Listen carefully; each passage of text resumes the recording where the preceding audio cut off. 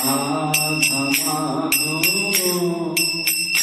জয় কুঞ্জ বিহারী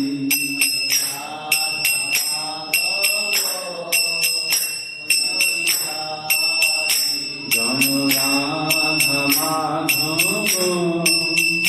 জয় কুঞ্জ বিহারী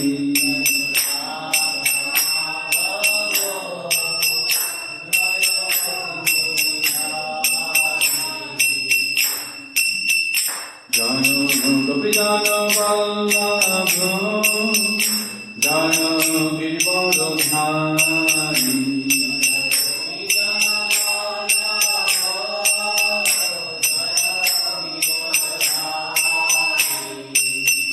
জয় গোপীজন বল্লভ জয় গিরিবরধারী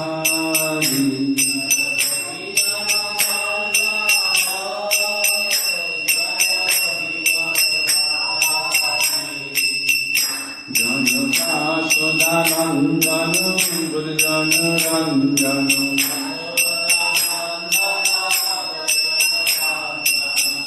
যশোদানন্দন ব্রজজন রঞ্জন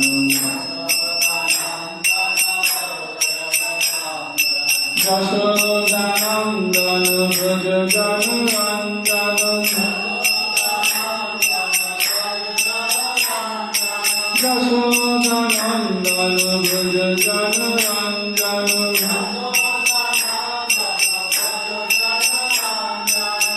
যমুনা তীরবনচারী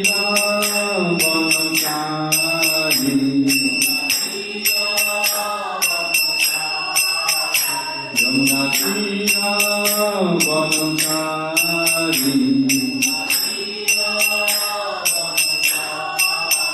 জয় রাধা মাধব জয় কুঞ্জ বিহারী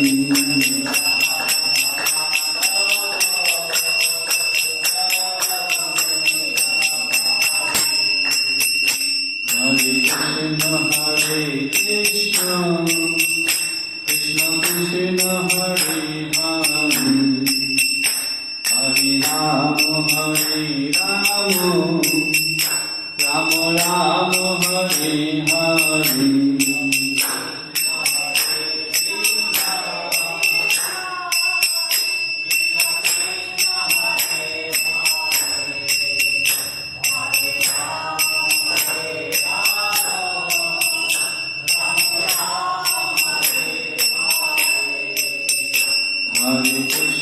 হরে কৃষ্ণ কৃষ্ণ কৃষ্ণ হরে হরে হরে রাম রাম রাম হরে হরে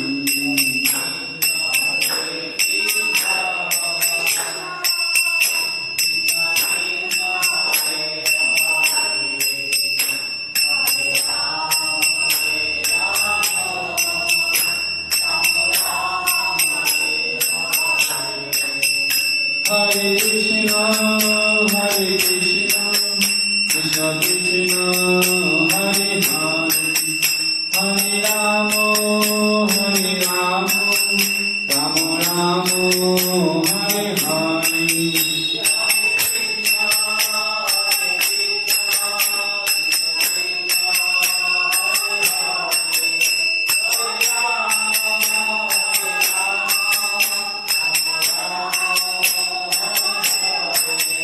জয় রাধা মাধব জয় রাধা মাধব রাধা মাধব জয় রাধা মাধব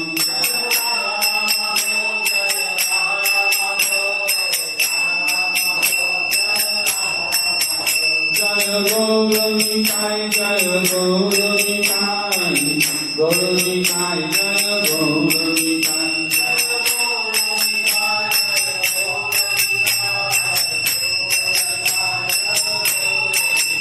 জয় প্রভুপাদ শিল প্রভুপাদ জগদ্গুরু শিল প্রভুপাদ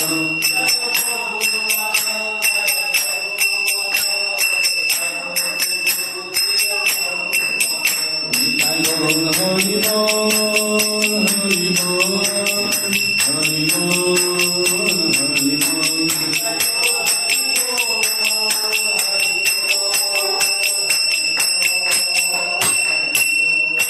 শ্রী শ্রী রাধা মাধব কি, শ্রী শ্রী রাধা গোকুলনাথ জিউ কি, পঞ্চতত্ত্ব ভগবান কি, গৌর নিতাই কি, নৃসিংহদেব ভগবান কি, প্রহ্লাদ মহারাজ কি, অনন্ত কোটি বৈষ্ণব বৃন্দ কি, শিল বহুপাদ কি, সমবেত ভক্তবৃন্দ কি, নিতাই গৌর প্রেমানন্দে।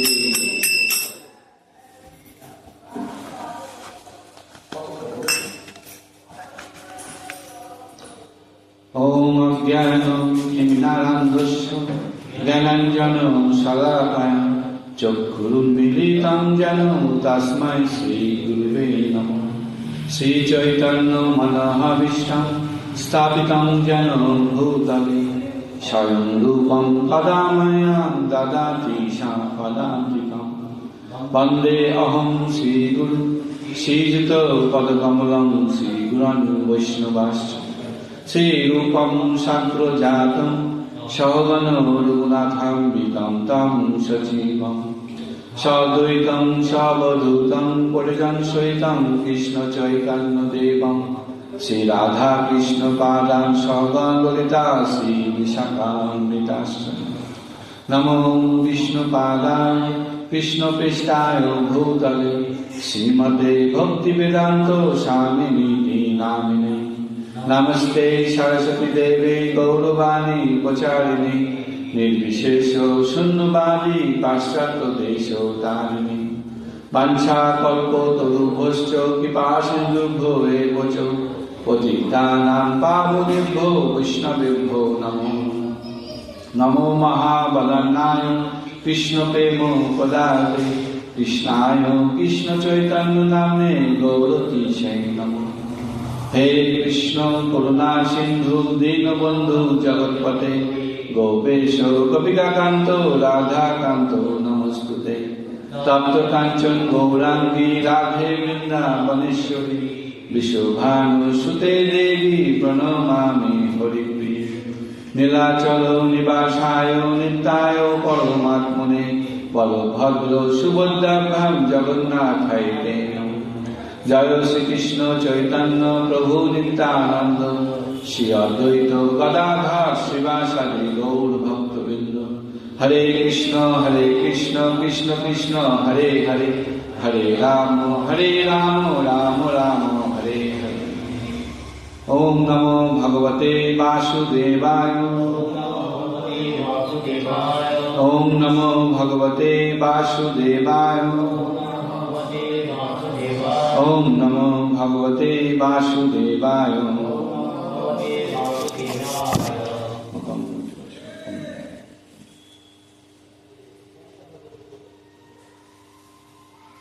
হরে কৃষ্ণ।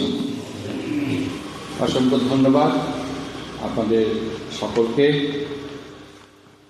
আমি অনেকদিন পর আসলাম।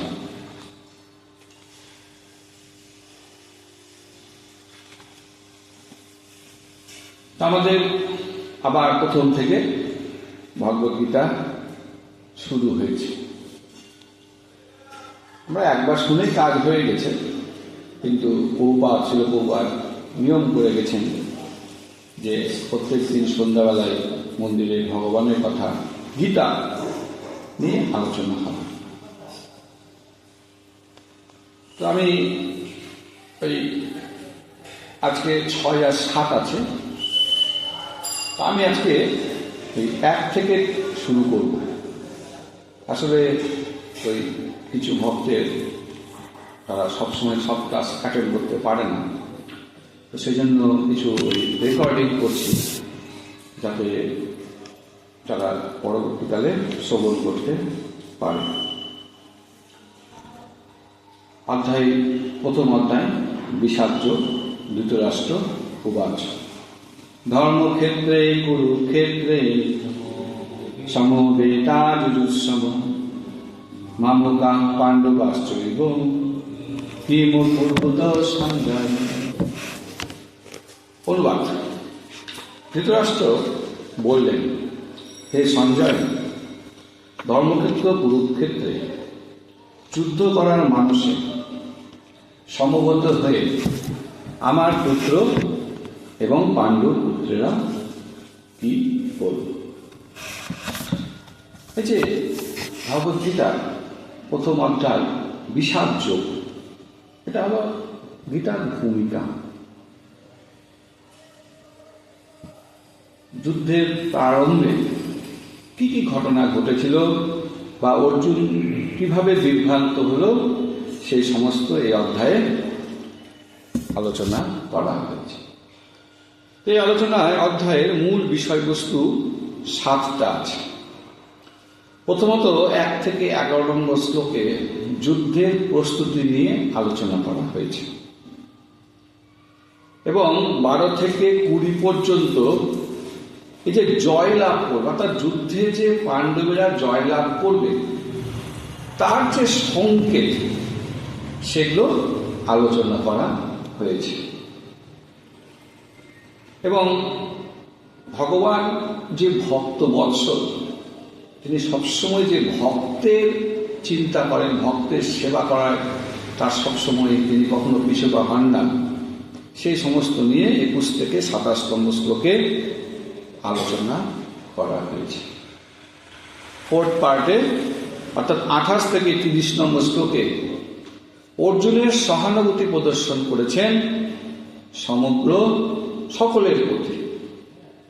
তারপর 31 থেকে 35 এই জগতে যে আমরা কিছু সুখ উপভোগ করছি, এটা বাস্তবে মিথ্যা। অর্জুন এই ধরনের কিছু সুখের চিন্তা করছিল, সেই সম্বন্ধে আলোচনা করা হয়েছে। 36, 37, 38 নম্বর শ্লোকে কিছু ভ্রান্ত কর্মের ফল বা চিন্তাধারা, সেই সম্বন্ধে আলোচনা করা হয়েছে। এবং শেষ 4 শ্লোকে 39 থেকে 43 যে বংশ নষ্ট হয়ে যাওয়া, আমাদের অর্জুন কিছু ভয় আশঙ্কা করেছিল, তার তিনি সেই হিসাবে কিছু যুক্তি ভগবানকে প্রদর্শন করেছে।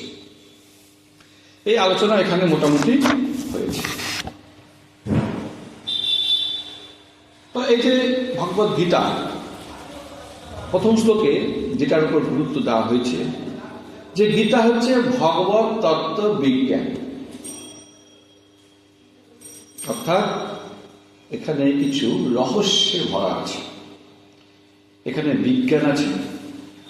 আর এই যে গীতার মাধ্যমে আমরা জগতের কিছু বৈচিত্র্য জানা যাবে। আমরা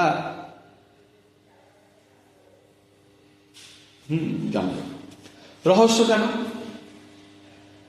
যেমন দুধের মধ্যে ঘি থাকে, কিন্তু যে জানে না সে কখনোই বিশ্বাস করতে পারবে না। ঠিক এই পুরো গীতাতে 18টা অধ্যায় ধরে এখানে অনেক কিছু তথ্য বেরাবে, যেটা সাধারণের পক্ষে বোঝা খুব কঠিন, সেজন্য এটা রহস্য। এবং এখানে বিজ্ঞান আছে। বিজ্ঞান মানে হচ্ছে কোনো নির্দিষ্ট প্রক্রিয়া যদি অনুসরণ করি তার নির্দিষ্ট ফল হবে। গ্যাসে যদি আগুন জ্বালিয়ে জল দিই, জলটা গরমই হবে, ঠান্ডা হবে না, এটাই বিজ্ঞান। ঠিক সেরকম এই যে গীতা যদি আমরা অধ্যয়ন করি, শ্রবণ করি, তাহলে তার নির্দিষ্ট কিছু লাভ আমরা পাব, এর অন্যথা হবে না। এইভাবে এই তত্ত্বগুলো আমরা এই 18টা অধ্যায় ধরে আমরা উপলব্ধি করতে পারব। এখন প্রশ্ন হলো, এই যে গীতা আমরা অধ্যয়ন করছি, এটা কি করে আমরা অধ্যয়ন করব? আমরা অনেকেই অনেক গ্রন্থ আছে, অনেকে তার মতামত দিচ্ছে এবং বিভিন্ন টিকাকার আছে, জ্ঞানী গুণী ব্যক্তি আছে। ভারতবর্ষে গীতার অভাব নেই, খুঁজতে গেলে 100-200 উপর গীতা পাওয়া যায়। তো গীতা অধ্যয়নের প্রথম পদ্ধতি হচ্ছে, আমি যাচাই বাছাই করতে পারবো না, এটা আমার পছন্দ, ওটা পছন্দ না। আমরা যেমন প্রসাদের প্লেটে খুঁজি, আমার এটা আইটেম ভালো লাগে না, এটা আমার ভালো লাগে, ওটা আমি বেশি করে গ্রহণ করব না, এরকম কিছু পাই। সমস্তটাই আমাদেরকে গ্রহণ করতে হবে, তবেই আমরা পূর্ণ উপলব্ধি করতে পারবো। পুরো গীতার যা ভগবান যে আমাদেরকে লক্ষ্য দিয়েছে তা সবই আমাদেরকে গ্রহণ করতে হবে।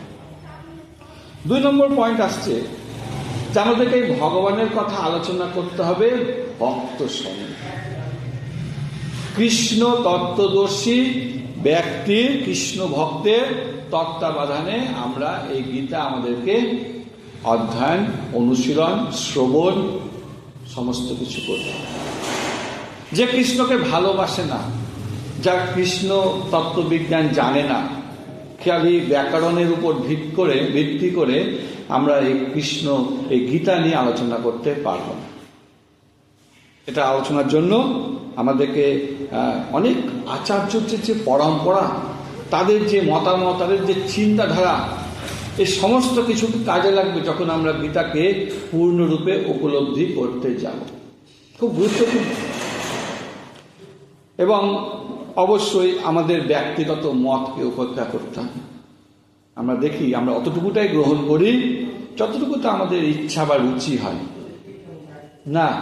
আমাকে যখন গীতা অধ্যয়ন করব, আমাকে আচার্যদের পরম্পরাতে, সাধুগুরু বৈষ্ণবের, শিল প্রভুপাদের সমস্ত তত্ত্বকে, কথাকে, উপদেশকে আমাকে গ্রহণ করতে হবে। কিছু পারছি না সেটা আলাদা কথা, কিন্তু গ্রহণ আমাকে সবকিছু করতে হবে। এবং গীতাকে অধ্যয়ন করতে হবে পরম্পরার ক্রমে। যতক্ষণ আমরা পরম্পরা ক্রমে গীতাকে অধ্যয়ন করব, আমরা কিছুতেই এটা পূর্ণরূপে উপলব্ধি করতে পারব। কৃষ্ণ অর্জুনকে এই ভগবত তত্ত্ববিজ্ঞান, গীতার জ্ঞান দান করেছিলেন। আমরাও সেই একই গীতা পরম্পরা ক্রমে আজকে আমরা পেতে পারি। ভগবান এই গীতার বাণী যে পরম্পরা ক্রমে চলে আসছে, সেই পরম্পরাতে আজকে আমাদের শিল প্রভুপাদ আছেন, এবং তার মাধ্যমে আমরা এই তত্ত্বজ্ঞান আমরা আলোচনা করতে, উপলব্ধি করতে পারব। অভক্তের কাছে শুনব একদম দৃঢ়তার সাথে, কারণ অভক্ত দুটো জিনিস খুঁজে। তার গীতা পাঠের সময় তার দুটোই লক্ষ্য থাকে, হয় সে অর্থ চায় অথবা সে যশ চায়। অর্থাৎ তারা পাঠের বিনিময়ে হয় সে জগতে প্রতিষ্ঠিত হতে চায়, নাম, অথবা সে অর্থ চায়। এই দুটোই হবে না। এই যে ভগবানের বাণী, ভগবানের জ্ঞান, কিছু এটা অর্থের বিনিময় হয় না।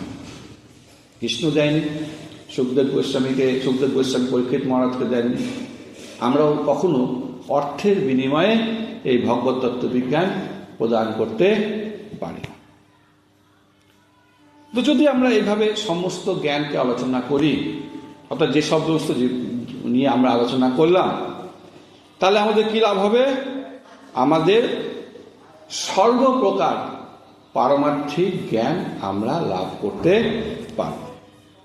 কারণ আমাদের জীবনে যা যা প্রয়োজন, যতটুকুটা পারমার্থিক জ্ঞান প্রয়োজন, তার সবকিছু এই গীতাতে আছে। বেশি আছে, তো কম নেই। অনেক জায়গায় হয়তো নিরাকার ব্রহ্মের উপাসনার কথা বলা হয়েছে, কোনো জায়গায় পরমাত্মার কথা বলা হয়েছে। ভগবান কনসেপ্ট তো খুব কম জায়গাতে আছে বেদে, কিন্তু এই গীতাতে সমস্ত কিছু আলোচনা করা আছে, এবং সর্বোপরি এটা ভগবান নিজে বলেছেন। বাকি সব কিছু তো কে বলেছে? হয় ব্যাসদেব লিখেছেন, বাল্মীকি মুনি লিখেছেন, ঋষি মুনিরা লিখেছেন। এই গীতা একমাত্র গ্রন্থ যেটা ভগবান নিজে বলেছেন। তাহলে এখানে কোনো ভুলভ্রান্তির প্রশ্নই নেই, কারণ ভগবান সর্বপ্রকার ত্রুটি থেকে মুক্ত। সেজন্য আমাদেরকে গীতা পড়তে হবে। গীতা পড়লেই আমাদের সব কিছু কমপ্লিট হয়ে যাবে। আমরা যদি রোজ গীতা শ্রবণ করি তাহলেও আমাদের হয়ে যাবে। 5 নম্বর কারণ হচ্ছে এই যে ভাষা, ব্যাকরণ, এটা খুব সহজ। আমরা গীতাতে খুব সহজ সরল ভাষায় পাই। একটা শ্লোক যদি আমরা উল্লেখ করি, ঊর্ধ্বং গচ্ছন্তি সত্যস্ম মধ্যে তিষ্ঠন্তি রাজসা জঘন্য বৃত্তি অধো গচ্ছন্তি তামস। খুব সহজ ভাষা, কিন্তু উপনিষদ ওং পূর্ণমদ পূর্ণমিদং পূর্ণাৎ পূর্ণমুদচ্যতে পূর্ণস্য পূর্ণমাদায় পূর্ণমেব পূর্ণমেব অবশিষ্ট। এই যে ভাষাগুলো না খুব কঠিন, এটা এবং এর যে ভাষা, এটা নিয়ে যারা রাইটার লেখক তারা এক একজন এক রকম অভিমত দিচ্ছে, কারণ এত কঠিন যে এক্স্যাক্ট লেখাটা বের করাই খুব মুশকিল। কিন্তু গীতা অত্যন্ত সহজ সরল, যে সংস্কৃত জানে না সেও গীতা পড়তে পড়তে শ্লোকগুলো উপলব্ধি করতে শুরু করে। এটা হচ্ছে বিশেষ কৃপা।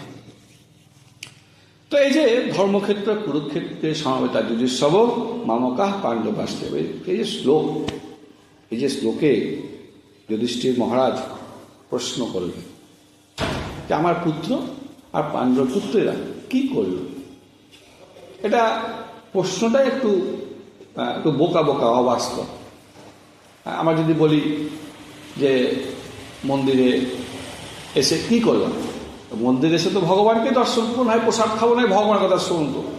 মন্দিরে এসে তো আমি কিছু অন্য কিছু করবো না। আর যদি বলি বাজারে গিয়ে কি করলে, বাজারে গিয়ে বাজারেই করবো। তো যুদ্ধক্ষেত্রে এসে কি করবে, আর যুদ্ধক্ষেত্রে এসে যুদ্ধই করবে। কিন্তু এই যে প্রশ্ন, এর ভিতরে রহস্য তৈরি শুরু হয়ে গেল, এবং শিল প্রভুপাদ এখান থেকে অনেক কিছু পরম্পরা ক্রমে যা যা নিয়ে পেয়েছেন সমস্ত কিছু উল্লেখ করতে শুরু করলেন।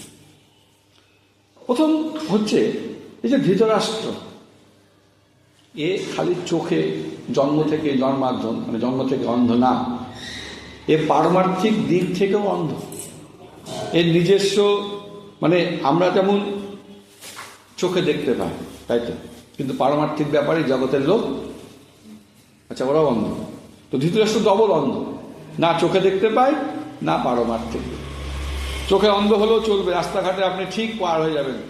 আমি এখন বিভিন্ন বড় বড় শহরে ঘুরে আসলাম, দেখছি আজকাল খুব ভালো ব্যবস্থা করা হচ্ছে ব্লাইন্ড অন্ধদের জন্য, সুন্দর করে, বিশেষ করে রেলওয়েতে, তারা যাতে মানে কোনো অসুবিধা হবে না হেঁটে যেতে। কিন্তু জগতের মানুষ যাদের কোনো পারমার্থিক জ্ঞান নেই, আমি ভাবছিলাম যে তারা কি করে উদ্ধার হবে।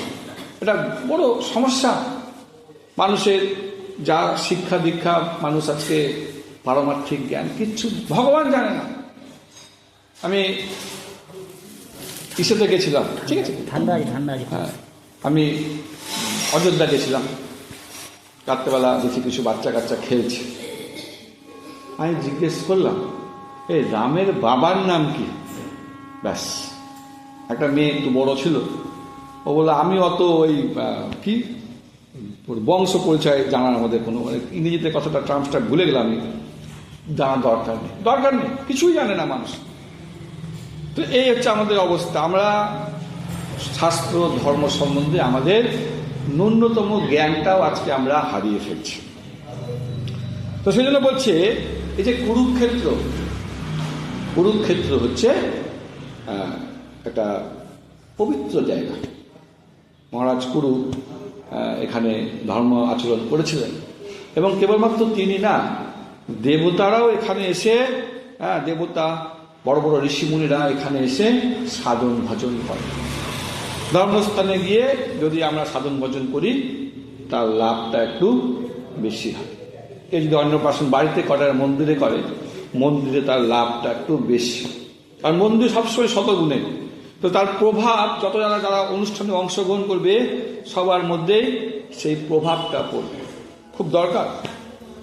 এবং এবং এর পবিত্র পরিবেশ, এবং সর্বোপরি বলছে যে কুরুক্ষেত্রে ধর্মক্ষেত্র কেন না, এখানে ভগবান স্বয়ং নিজে উপস্থিত আছে। যেখানে ভগবান উপস্থিত তখন সেই জায়গা তো দিব্যতা লাভ করবেই।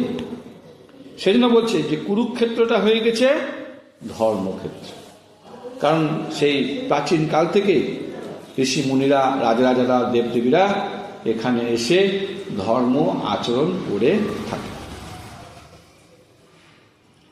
কিন্তু এই যে ধৃতরাষ্ট্রের এখানে একটু ডাউট হয়ে গেল। ডাউট হওয়ার কারণ হচ্ছে খুব অদ্ভুত কারণ। আপনারা হয়তো শুনেছেন এর মধ্যে। সে ভাবছে যে ধর্মস্থানে তো আমার সন্তান গেছে, গিয়ে আবার ভক্ত হয়ে যাবে না তো, এটাও চিন্তা।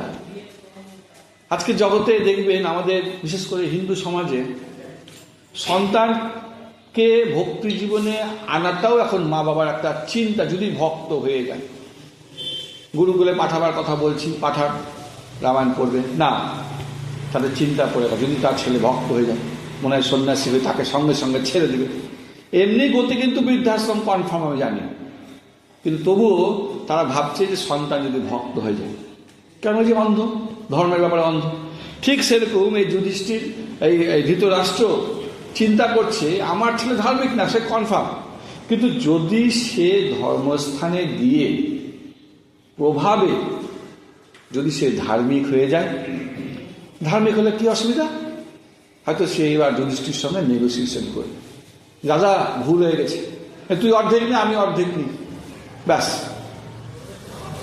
ধৃতরাষ্ট্রের চিন্তা হয়ে গেল যে তাহলে তো আমার পজিশন গেল, আমি যে আজকে রাজত্ব করছি, এই রাজা হয়ে আছি, সিংহাসন আছি, তাহলে আমাকে তো এখন এটাকে অর্ধেক করতে হবে। এটা ও চায় না। ও ছেলে যদিও মীমাংসা করতে চায়, ও কোনোদিনই চায় না। এইরকম হচ্ছে সে তার মানে সে একটা তার মানসিকতা। হ্যাঁ, তিনি ভাবছে যে আপোষ মীমাংসা, তিনি চাইছে যুদ্ধ করবে, কারণ তার বিশ্বাস তার সন্তানেরা এই যুদ্ধে জয়লাভ করবে। সেজন্য তিনি বলছে যে সমবেতা, সকলে এখানে এসছে, সমবেত হয়েছে। এখন কেন সমবেত হয়েছে আপনারা তো নিশ্চয়ই জানেন যে পাণ্ডু ছিলেন রাজা, কিন্তু তার মৃত্যুর পর কেয়ারটেকার রাজা হলেন ধৃতরাষ্ট্র, দায়িত্বপ্রাপ্ত কিছুদিনের জন্য, ততক্ষণ তার ছেলেরা বড় হচ্ছে। কিন্তু যখন বড় হয়ে গেল, তিনি তখন তাদেরকে তাদের যে ভাগ অংশ বা রাজত্ব সেটা দিতে সে অস্বীকার করে দিল। সে অস্বীকার করলো, তার সন্তানেরা অস্বীকার করল। সেজন্য সে বলছে, হ্যাঁ, সেই জন্য সমবেত হয়েছে। এবং ধৃতরাষ্ট্র বলছে যে মামকা পাণ্ডব, মানে আমার পুত্র আর পাণ্ডু পুত্র, অর্থাৎ ভেদাভেদ শুরু করে দেবে। রাধা গোকুলনাথ জিউ কি বলছে, আমার পুত্ররা কৌরব আর ওরা 5 ভাই পাণ্ডব। এই যে ভেদাভেদ, এই ভেদাভেদ বলছে ধর্ম আর রাজনীতির মধ্যে পার্থক্য হচ্ছে রাজনীতি ভেদাভেদ করে, আর ধর্ম সবার সাথে মৈত্রী করতে শেখে। কিন্তু আজকে আমরা দেখছি যে এই ধৃতরাষ্ট্র যেহেতু সে ধর্মপথেও অন্ধ, সেজন্য সে কি করছে, আজকে ভেদাভেদ শুরু করেছে। তো এই যে ধর্মক্ষেত্র, তো এই ক্ষেত্র কেন, এটা নিয়েও আচার্যরা উল্লেখ করছে যে ক্ষেত দুটোভাবে প্রভুপাদ একভাবে করছে, বড়দেব বিদ্যাভূষণ আরেকভাবে করছেন। প্রভুপাদ বলছেন যে ক্ষেত যে আছে, তো ধান ক্ষেতের সঙ্গে কিছু আগাছা থাকে, তো চাষি কি করে, আগাছাগুলোকে উঠিয়ে বাইরে ফেলে দেয়। ঠিক সেরকম ভগবান এখানে আছেন, ও যত আগাছা আছে সবকে কি করবে, এবার মেরে সরিয়ে দিবে। কারণ ভগবান এখন ধর্ম প্রতিষ্ঠা করতে এসছে। আবার অন্যান্য টিকাকাররা বলছেন যে ধান গাছ যখন লাগানো হয় তখন কি করা হয়, সেটাকে ডাইরেক্ট মাঠে লাগানো হয় না, সেটা অন্যত্র লাগানো হয়, এবং সেখান থেকে উঠিয়ে এনে একটা একটা করে বীজ একটা একটা করে পোতা হয়, এবং সেখান থেকে পরে বড় হয়। ঠিক সেরকম আমাদের উৎস যেখানে হোক, ধর্মস্থানে যখন আমরা আসব, ভগবান বৈষ্ণবরা আমাদের উপর কি করবে, আমাদেরকে খেয়াল রাখবে, যাতে আমাদের পারমার্থিক উন্নতি। এটাই তো করছে আজকে, যেখান থেকে আমি মন্দির আসুক, কিন্তু আমাদের প্রত্যেকের উপর আলাদা করে দেখা হয়, যাতে আমরা আমাদের পারমার্থিক উন্নতি করতে চাই। সেজন্য আর সেটাও আমাদের কাছে কর্তব্য যে আমরা যাতে এগুলো ভালো করে খেয়াল করি।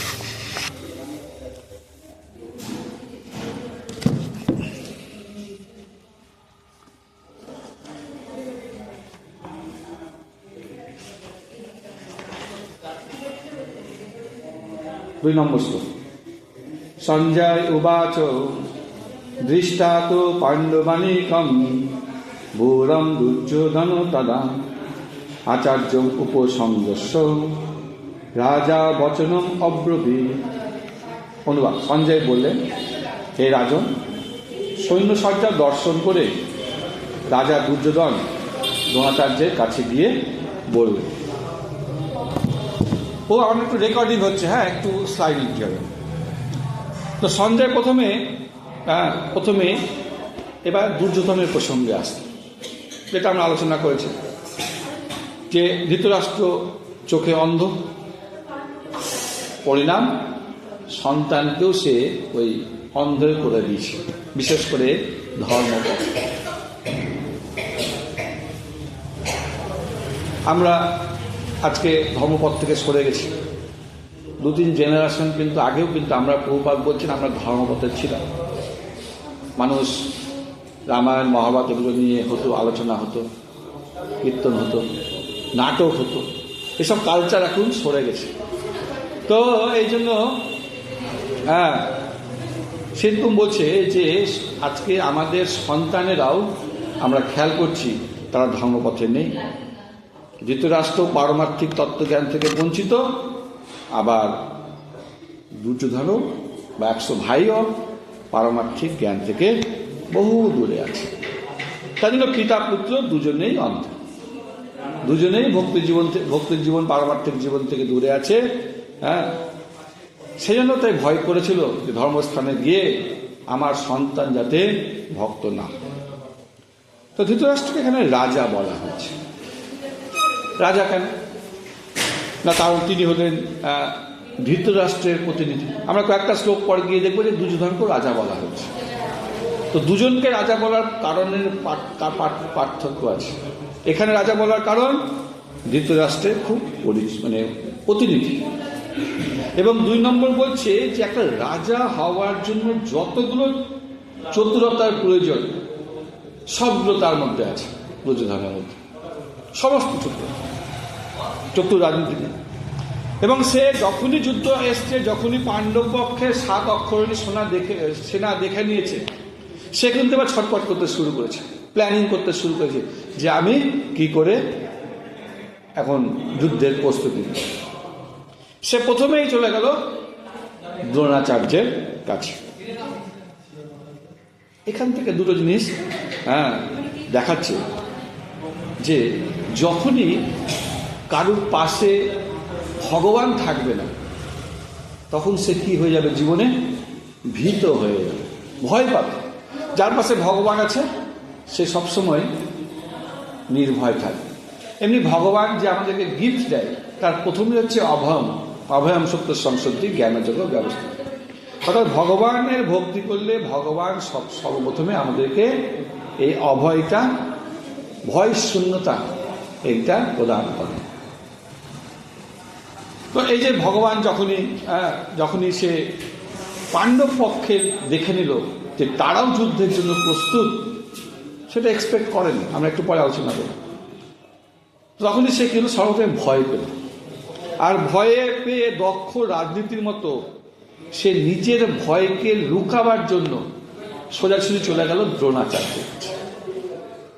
আমরা যখনই কোনো ভয় পাই তখন কিন্তু অনেক সময় আমরা একটা অ্যাটাকিং মুডে চলে যাই, যাতে নিজের ভয়টাকে প্রকাশ করতে চাই। এটা মানুষের মধ্যেও আছে, পশু পাখির মধ্যেও আছে।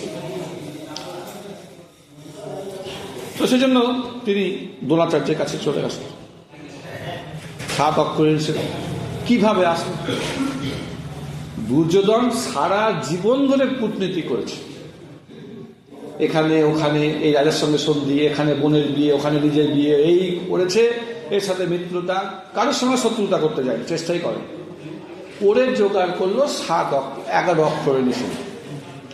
আর এই পাণ্ডবেরা বনে থাকলো 12 বছর, আর তাতে পেয়ে গেল 7 অক্ষরের নিষেধ। সারা জীবন এতদিন ধরে ধর্মপথ থেকে, রাজনৈতিক থেকে সরে গিয়েও যে 7 অক্ষরণী সেনার তারা যে জোগাড় করে নিল, এটা কিন্তু তার মাথায় কাজ করছে না। সেজন্য সে এই দ্রোণাচার্যের কাছে। সেনাপতিকে ভীষ্ম, কিন্তু গেল দ্রোণাচার্যের কাছে। যাবার কেন আসছে তো বলছে, পিতামহকে পদ প্রদান করা তো হয়েছে, দুজনেই সিনিয়র সিটিজেন, দায়িত্বপূর্ণ। একজনকে পদ দিয়েছে, তার জন্য কি হতে পারে, একটু রাগ হতে পারে, হ্যাঁ আমাকে দায়িত্ব দিল না। তো সেই রাগটা যাতে না হয়, সেজন্য তাকে সম্মান প্রদান করার জন্য তাকে কি করলো, তাকে তার কাছে সবার আগে তার কাছে উপস্থিত হয়ে। তো আমরাও করি, একজনকে সম্মান দিলে আরেকজনকেও আমাদেরকে অ্যাডজাস্ট করতে হয় জড়জগৎ। হ্যাঁ, সে এখন বৃদ্ধ, তখন বলছে সে তো ভীষ্ম বৃদ্ধ ছিল, তা আপনি এখন তাকে দায়িত্ব নেন, আপনাকেও দায়িত্ব নিতে হবে, একা হবে। এভাবে সে কি করতেন, যে সে আগে দ্রোণাচার্যের কাছে বারবার কথাটা উল্টে যাচ্ছে।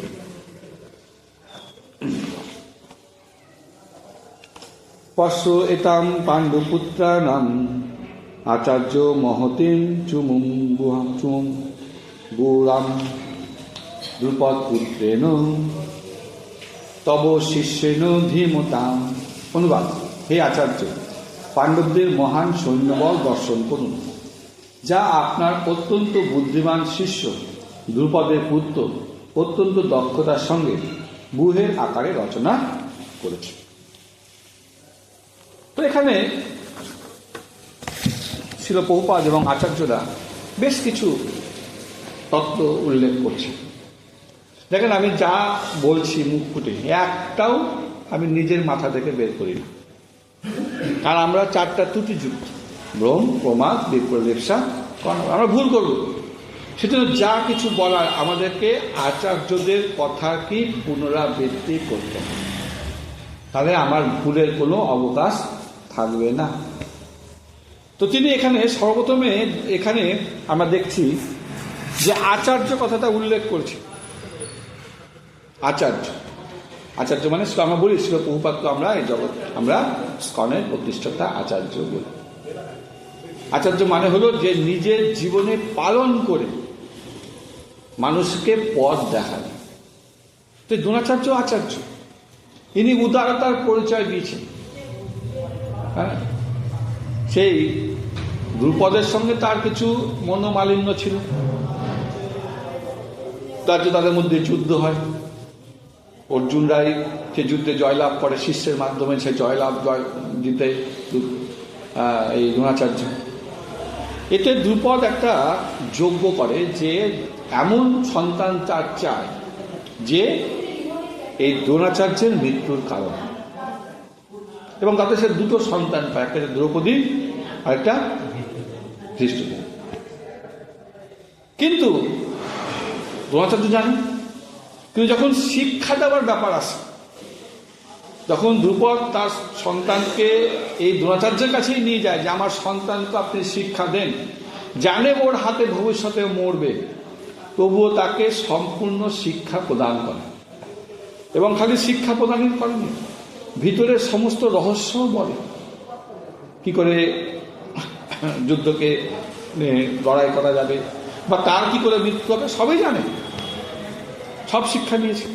আর নিয়ে আজকে সে সৈন্য নিয়ে একটা গুহের আকারে একটা রচনা করে ফেলেছে। এইভাবে সে বুঝাচ্ছে আচার্যের দৃষ্টান্ত। এটা খুব সহজ ব্যাপার নেই। আমাদের সঙ্গে যারা যদি একটু মনোমালিন্য হয়, আমরা তো কথা বলতেই আর কথা বলি না, এটা ভক্তের লক্ষণ না। এখান থেকে শিক্ষা আসছে। ভক্ত এমনি একটু আলোচনা করলাম যে ধর্ম আর রাজনীতির মধ্যে পার্থক্য। তো ধর্মপথে থাকতে চায়, তাহলে আমাদেরকে সকলের প্রতি উদার মানসিকতা রাখতে হবে। একদিকে সে উদারতা, আর দুর্যোধন কি দেখাচ্ছে, তার দুর্বলতাকে। একজন উদারতা প্রদর্শন করেছে, আর দুর্যোধন তার দুর্বলতা প্রদর্শন করছে। সে সবাগে দ্রোণাচার্যকে সম্মান প্রদর্শন করে, তার কারণ তাকে সেনাপতি করেনি। আবার 2 নম্বর তাকে গিয়ে কি বলছে, তাকে তার ভুলগুলো দেখিয়ে দিচ্ছে। আমরাও তাই করি, যখনই তার সঙ্গে তর্ক হয়, আমার ভুলের আমি সংশোধন করতে চাই না, আমি ওর উল্টো একটা ভুল দেখি না। আগে একটা ওর ঢুল দিন, তাহলে সমান সমান হয়ে গেল। তাহলে এবার ওর একটা আমারও একটা, আমার দুটো ওরও দুটো, না। তখন সে ভুল ত্রুটি করে দেখাচ্ছে যে একে তো প্রিয় শিষ্য অর্জুন আজকে পিছনে, ওর বিপক্ষে, তার সঙ্গে যুদ্ধ করতাম। তার মধ্যে আরেক শিষ্যকে সব কিছু শিখিয়ে দিয়েছে, এবং এই শিষ্যটা স্পেশাল, এর জন্য তার মৃত্যু হবে। সেই জন্য বলছে, আপনি যদি যুদ্ধে কোমলতা প্রদর্শন করেন তাহলে পরাজয় নিশ্চিত। তাই জন্য যুদ্ধের ক্ষেত্রে কিন্তু আপনি কোনো রকম দয়া করে আপোষ মীমাংসা আপোষ করেন না। যুদ্ধের সময় আপনি পূর্ণ শক্তি প্রদান করেন। আমাদের উচিত সেবা যখন করি তখন আমাদের কি করতে হবে? পূর্ণ শক্তি প্রদান করতে হবে। এটাই হচ্ছে ব্যাপার। পশ্চয়ন কথার অর্থ হচ্ছে, দেখুন আপনার বিরুদ্ধে আছে। মহিতান বলছে মহান সৈন্যবল সে তৈরি করেছে। কিভাবে করলো আজও বুঝতে পারছে। ধীমতা তখন বলছে যে আপনার বুদ্ধি আর শিষ্যের বুদ্ধি, আপনি সামর্থ্য দান করেছেন, আর আপনার শিষ্য সেই সামর্থ্য অর্জন করে আজকে আপনার বিরুদ্ধে যুদ্ধ করেছে। এই হচ্ছে ধীমতা কথা। সে সামর্থ্য দিল, আর সামর্থ্যটা অন্য জায়গায় ব্যবহার না করে আজকে সে আপনার বিরুদ্ধে। 4 নম্বর ক্লাস চলবে, কিন্তু ক্লাস ছাড়বো না। অত্র সুরা মহেশা ভীমা অর্জুনা সমাযুধি যুযুধান বিরাট চ দ্রুপদ চ মহারথ। এই সমস্ত সেনাদের মধ্যে ভীম ও অর্জুনের সম্পর্ক অনেক বীর ধনুর্ধারী রয়েছেন, এবং যুযুধান, বিরাট ও দ্রুপদের মতো মহাযোদ্ধা রয়েছে। অনেক কিছু আলোচনা আছে, আবার একদিন বসবো, তবে আলোচনা করব। এখন এই 4 নম্বর শ্লোকে চলে যাব। তো এখানে বলছে ভীম আর অর্জুনের, রাধা গোকুলনাথ জিও কি ভীম আর অর্জুনের মতো বা তাদের সমান যোদ্ধাদের কিছু পরিচয় করছে। কেন ভীম অর্জুনের নাম কেন? তাদের শক্তিটা জানে, তাদের শক্তি সকলে জানে। তো এদের সঙ্গে যেমন বাট খাড়াতে আমরা কি করি, 1 কিলো দিয়ে আর 1 কিলো জিনিস মেপে দিই। তো ভীম আর অর্জুনকে যদি বলে তাদের সমান, তার মানে বাকিরাও এদের মতো শক্তি সামর্থ্য আছে। তো কেন অন্যজনের নাম বলছে? এই যে নামগুলো বললো, অনেক আছে, যুযুধান, বিরাট, দ্রুপদ। কারণ এরা খালি ভীম আর অর্জুন আজকে জয়ের পথে বাধা না, আজকে এরাও বিজয়ের পথে একটা বড় বাধা হয়ে দাঁড়ায়। এমন নয় যে ভীম আর অর্জুনকে হত্যা করলেই লাইন ক্লিয়ার, না, এ প্রত্যেকেই বাধা। এরা মহাযোদ্ধা, এরা অত্যন্ত ভয়ের কারণ ছিল, এবং এদের শক্তি অর্জুন এবং ভীমের সমকক্ষ।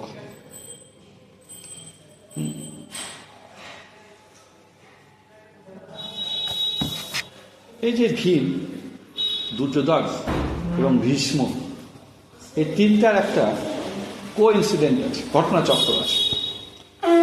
যে দুর্যোধনের মৃত্যু একমাত্র কার হাতে হবে? ভীমের হাতে। ঠিক আছে, ভীষ্ম দুর্যোধনকে মরতে দিবে না, মরতে দেবে না। ভীষ্মের আছে ইচ্ছা মৃত্যু, অর্থাৎ ভীষ্মকে মেরে যে মারবে সেটাও কোনো উপায় নেই। আবার ভীষ্মের প্রিয়কে এই পাণ্ডবেরা। তো যে চতুর্ভুজ যে খেলা হচ্ছে, এটা কিন্তু খুব মুশকিল বেরানো। দুর্যোধনের মৃত্যু ভীমের হাতে, ভীষ্ম আবার দুর্যোধনকে মরতে দিবে না। আচ্ছা, ভীষ্মকেও মারা যাবে না, কারণ তার হচ্ছে ইচ্ছা মৃত্যু। আচ্ছা, এবার যে ভীষ্ম যে ভীমকে গিয়ে মেরে ফেলবে সেটাও না, সেটাও তার প্রিয়। তো কি ঘটনা ঘটবে সেই সব এখন আমাদেরকে আরো মহাভারত ভালো করে যাচাই বাছাই করতে হবে। 5 নম্বর 6 নম্বর শ্লোক এবার বলছে পাণ্ডব পক্ষের বীর যোদ্ধাদের আরো নাম করছে। যেমন ধৃষ্টকেতু, এই ধৃষ্টকেতু হলো শিশুপালের পুত্র। শিশুপালকে কিন্তু এরা মেরেছে, কৃষ্ণ মেরেছে, কিন্তু যেহেতু তার পুত্রকে রাজা করে আসা হয়েছিল, সে কিন্তু এখন এই এদের দিকে তারপর আছে চেকিতান আছে, যদুবংশীয় রাজা, কাশীরাজ আছে, বেনারসের রাজা, পুরোজিৎ আছে, কুন্তী ভোজ আছে, কুন্তীর পালক পিতা, তারপর যুধামন্যু আছে, দ্রৌপদীর আরেকটা ভাই, উত্তম মজা আছে, দ্রুপদের পুত্র, সুভদ্রার পুত্র অভিমন্যু আছে, দ্রৌপদীর পুত্রগণ আছে। দ্রৌপদীর 5 পুত্রের নাম গীতাতে লেখা নেই, প্রতিবিম্ব, সুতোসোম, সুতকর্মা, শতানিক, সুতোসেন, সকলেই রথী, মহারথী, অর্থাৎ যুদ্ধে তারা প্রত্যেকেই এক্সপার্ট। অনেক রকম আছে, অর্ধরথী, রথী, প্রতিরথী আর মহারথী। অর্ধরথী হচ্ছে এই হাফ ট্রুপ, মানে এটা কিছু সংখ্যক সেনার সঙ্গে সে হাফ সামরিক সেনার সঙ্গে সে যুদ্ধ করতে পারবে। রাধা গোপীনাথ জিউ কি রথী হচ্ছে যারা 100 সেনা, পদাতিক সেনা তাদের সঙ্গে যুদ্ধ করতে পারবে। প্রতিরথী হচ্ছে যে 1000 সেনার সাথে একাই যুদ্ধ করতে পারবে। আর মহারথী হচ্ছে 10,000 সেনা, এদের সাথে একাই যুদ্ধ করতে পারবে। তো এই সমস্ত নিয়ে তারা যুদ্ধে এসছে।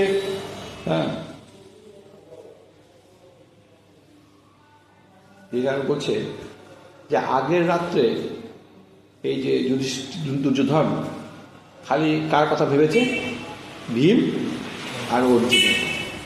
এটা মাথা তো খেলছে, কিন্তু যুদ্ধক্ষেত্রে এসে তার মাথায় এখন দেখছে আরো অনেক তো আছে, এদের কথা তো আমি ভাবেইনি। হয় না, আমরা অনেক সময় বাজেট ফেল হয়ে যায় আমাদের, বা সেবাতে অনেক ভাবতেই পারিনি এত 6 তারিখে দেখবেন কত ভক্ত আসবে, যিশুবাবুর সব বাজেট ফেল হয়ে যাবে, মাথা খারাপ হয়ে যায়। তো এত ভক্ত চলে আসবে, তো সেই জন্য মাঝে মাঝে চিন্তা ফেল হয়ে যায়, তখন এই সমস্যা। সেই জন্য বলছে যে হে দ্বিজোত্তম, দ্বিজ শ্রেষ্ঠ, ব্রাহ্মণ শ্রেষ্ঠ, সমস্ত শ্রেষ্ঠ। ব্রাহ্মণ অনেক গুণ। একজন ব্রাহ্মণ হতে গেলে যজন যাচন, পঠন পাঠন, দান প্রতিদান, এই সমস্ত কিছু করতে হবে। ব্রাহ্মণ এই কলিযুগে সত্যি ব্রাহ্মণ হওয়া খুব কঠিন। সমদম তপ শৌচম খান্তি আর্যবম এবচ জ্ঞানম বিজ্ঞানম আস্তিকম ব্রহ্মকর্ম সমালোচনা হয়ে গেল কদিন আগে। এই সমস্ত কিছু, এই সমস্ত দিব্য গুণ আমাদেরকে অর্জন করতে হবে। কিন্তু ইস্কন, শিল প্রভুপাদের কৃপা, ইস্কন আজকে আমাদেরকে সুযোগ দিচ্ছে যাতে আমরা এই ব্রাহ্মণের স্তরে আসতে পারি।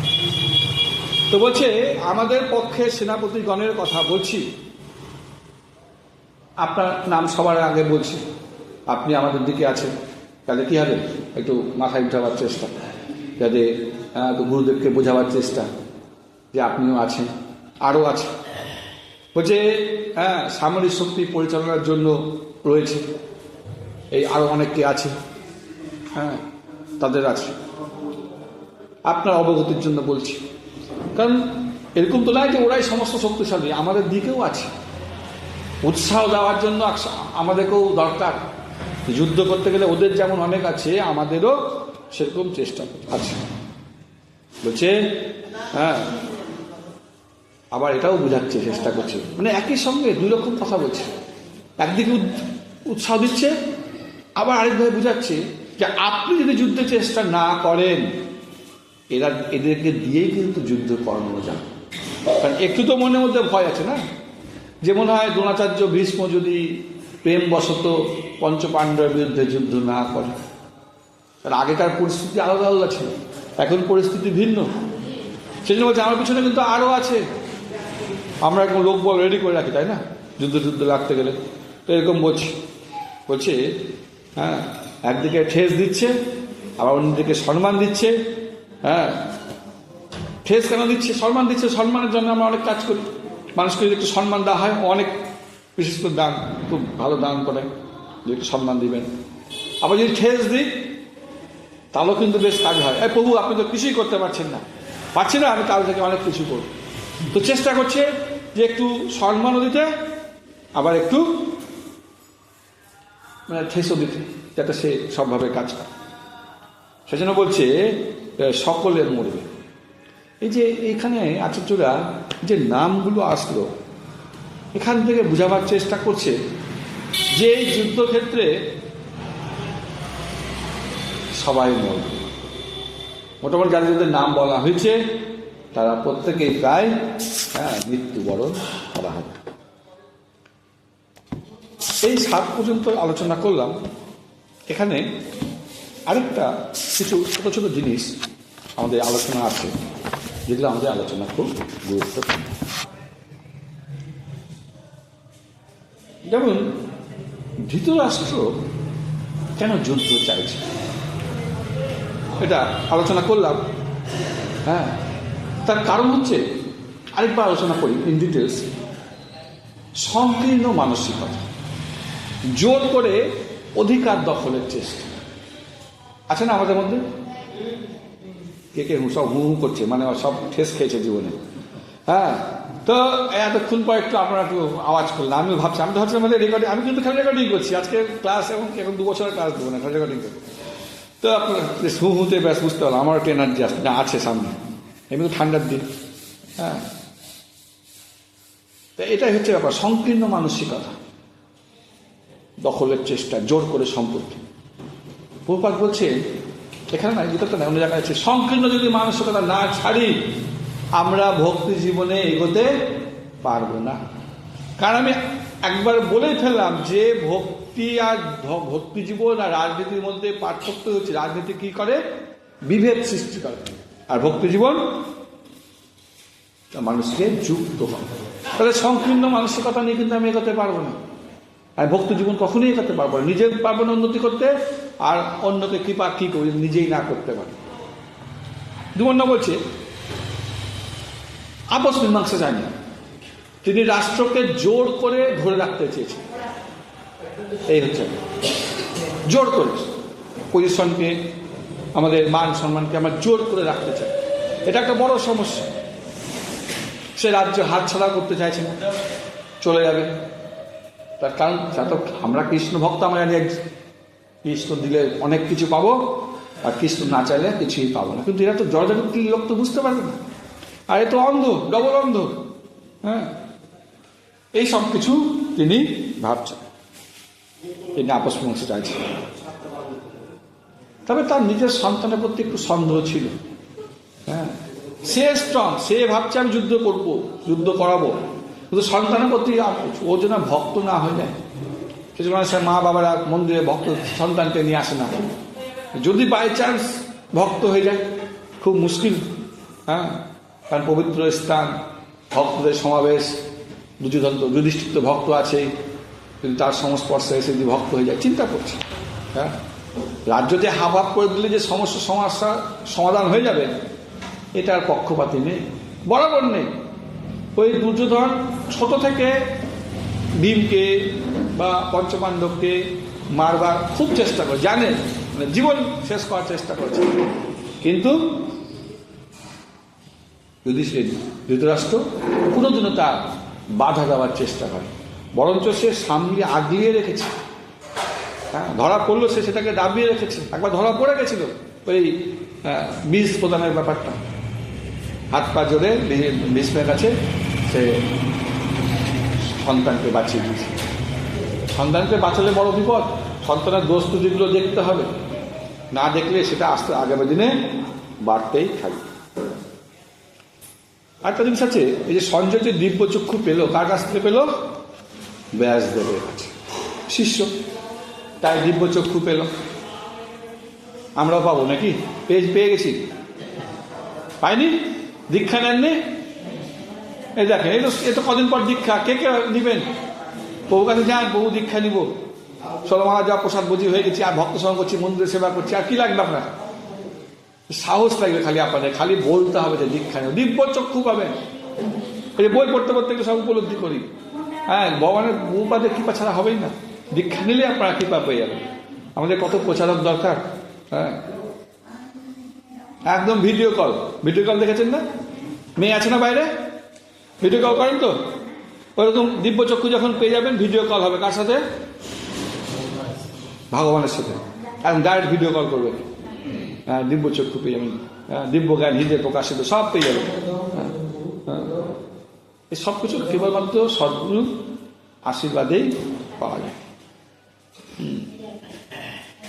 ধৃতরাষ্ট্র চেয়েছিল আমাকে দিব্য দেয়নি, কারণ যে অন্ধ না, ওকে জ্ঞান দিয়ে কোনো লাভ নেই, ও দেখেও বুঝতে পারবে না।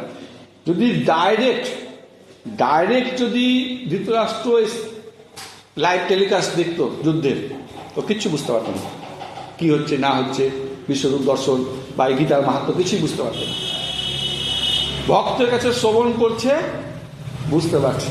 এই গীতা তো আমরা সব জায়গায় বিক্রি করছি, মানুষ বুঝতে পারছে, দু চার পাতা ঘেটে নিল, তারপর ব্যাস হয়ে গেল। গীতা গীতা গীতা 3 বার গীতা বললে গীতা পড়া হয়ে গেল। আমাকে একজন বলছি, তো মালিককে বলছি, 3 বার মাসের শেষে 1 তারিখ হবে, 3 বার বেতন বেতন বেতন বলবে, তোমার বেতন পাওয়া হয়ে গেল। কেউ কেউ আবার যেগুলো ছোটো ছোটো গীতা করে পকেটে রাখে, অনেক ভক্ত রাখে, অ্যাক্সিডেন্ট হবে না। কেউ কাউকে দেখি আবার মন্দিরে সুন্দর গেছি গুছিয়ে রেখেছে। এগুলো যত করবেন আপনার কৃষ্ণ ভক্তি তত মাটিতে ডুববে। গীতা পড়েন, গীতা অধ্যয়ন করেন, খুব দরকার। সেজন্য বলছি দায় হবে না আমাদেরকে ভক্ত সঙ্গে এই সমস্ত কিছু আলোচনা করতে হবে। আর কি আলোচনা আছে? আরেকটা জিনিস খুব ইন্টারেস্টিং আছে।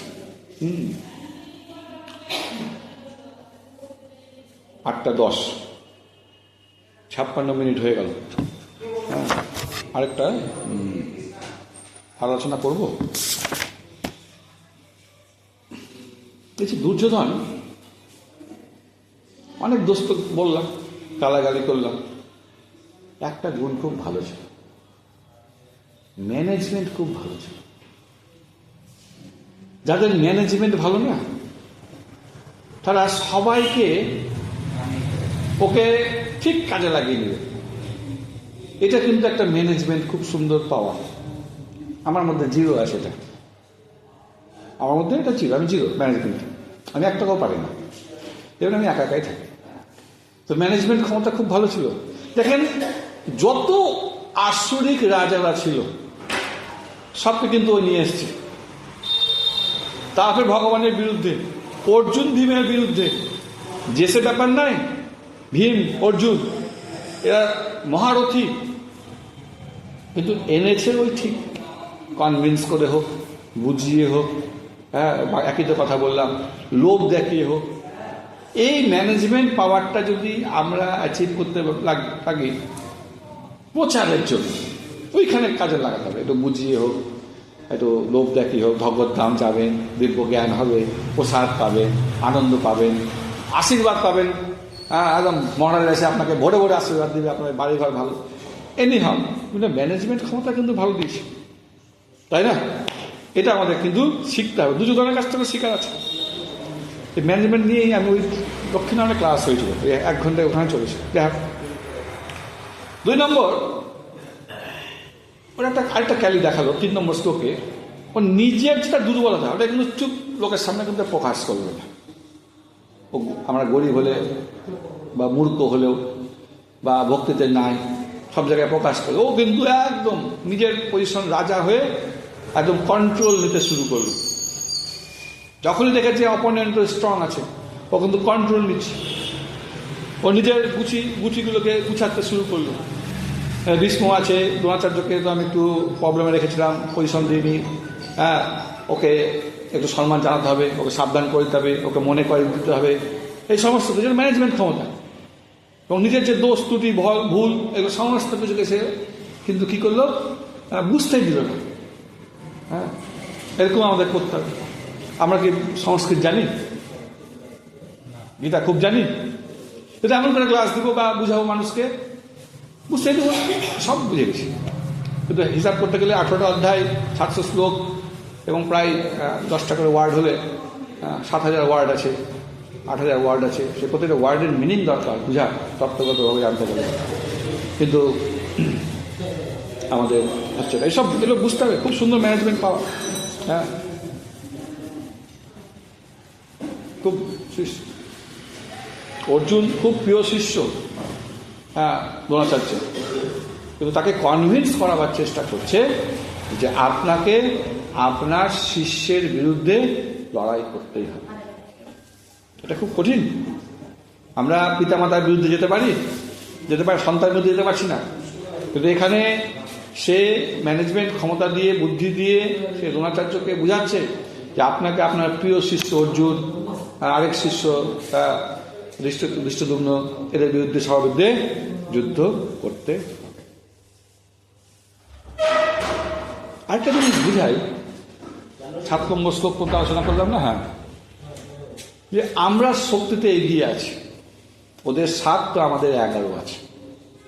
এটাও কিন্তু সে বুঝিয়ে দিয়েছে যে হাজার হোক, যা কিছু হোক, হ্যাঁ, আমরা শক্তিতে বেশি আছি। এবং কাল থেকে আরো নিজেদের পক্ষে আলোচনা হবে, অনেকজনের যোদ্ধা আছে, আলোচনা হবে। যাই দুর্যোধন অস্থির প্রকৃতির হয়ে পড়েছিল, বরাবরই অস্থির এবং ঈর্ষাযুক্ত। এই অস্থির আর ঈর্ষা, এটা দুটোই ভক্তিপথে এগাবার জন্য খুব খারাপ, এগানো যায়। আমাদেরকে যেতে হবে স্থির আর ঈর্ষা শূন্য, অর্থাৎ প্রেমময়। এই দুটো যদি আমরা হই, হ্যাঁ, এটা আমাদেরকে দেখতে হবে। এই যে দুর্যোধন দ্রোণাচার্যের কাছে গেল, এই জন্যই গেল যে ব্যাপারটা কিন্তু এখন খুব ক্রিটিক্যাল হয়ে গেছে। যতটা তারা যুদ্ধের আগে ভেবেছিল ততটা কিন্তু সহজ না, এখন অবস্থা কিন্তু খুব শোচনীয়। ঠিক সেরকম আমাদের জীবনটাও কিন্তু খুব ক্রিটিক্যাল অবস্থায় আছে, খুব শোচনীয়, তাই না? আমার জীবনটা কি স্মুথ চলছে? যে কোনো সময় আমরা সাইলেন্ট হয়ে যাব, ফুল স্টপ করে যাব। পরবর্তী জীবন জানি না, কি করে ভক্ত জীবনে এগাবো জানি না। সেজন্য আমাদের কি করতে হবে? আমাদেরকেও জীবনটাতে একটু আরো বেশি সজাগ হতে হবে। দুর্যোধন হয়ে গেছে, জানি না আগামী দিনে ওর কি হবে, আমরা আস্তে আস্তে আলোচনা করব। কিন্তু আমাদেরকেও সজাগ হতে হবে। গীতা আবার প্রথম থেকে শুরু হলো, আপনারা বাড়িতে এটাকে অধ্যয়ন করেন। আমরা যাতে দুবার বলার পর যাতে আর আমাদেরকে বলতে না হয়, আমরা অন্য জায়গায় যাব। আপনারা যাতে আগামী দিনে এই ভগবানের বাণী প্রচার করতে পারেন, আমার কাছে বললে আমি সমস্ত রকমভাবে আপনাদের সহায়তা করব। আমি চাই যে অনেক প্রচার হতো, কিন্তু দুর্ভাগ্য বিষয় বশত আগ্রহী ভক্তের একটু অভাব ইসকনে বর্তমানে। 10 বছর আগে যখন আমরা হয়েছিলাম, তখন কিন্তু 12 বছর আগে, 15 বছর আগে, তখন কিন্তু আগ্রহী ভক্ত ছিল। আজকের দিনে জানি না, মোবাইলের একটা প্রভাব বেশি হয়ে গেছে, যার জন্য শ্রবণ কীর্তনের শ্রবণের ভক্ত অত্যন্ত কমে গেছে। শ্রবণ পিপাসু এই ভক্তটা কমে গেছে। যাই হোক, আমরা আজকে এই পর্যন্ত আলোচনা করলাম। 1 থেকে 7, আমি ভেবেছিলাম 11 পর্যন্ত হয়ে যাবে। 11 পর্যন্ত একটা ইউনিট চলছে, আমরা এই পরের দিন আবার এই 7-এর পর থেকে শুরু করতে পারবো। হরে কৃষ্ণ কৃষ্ণ কৃষ্ণ হরে হরে, হরে রাম রাম রাম হরে হরে। শিল প্রভুপাদ কি?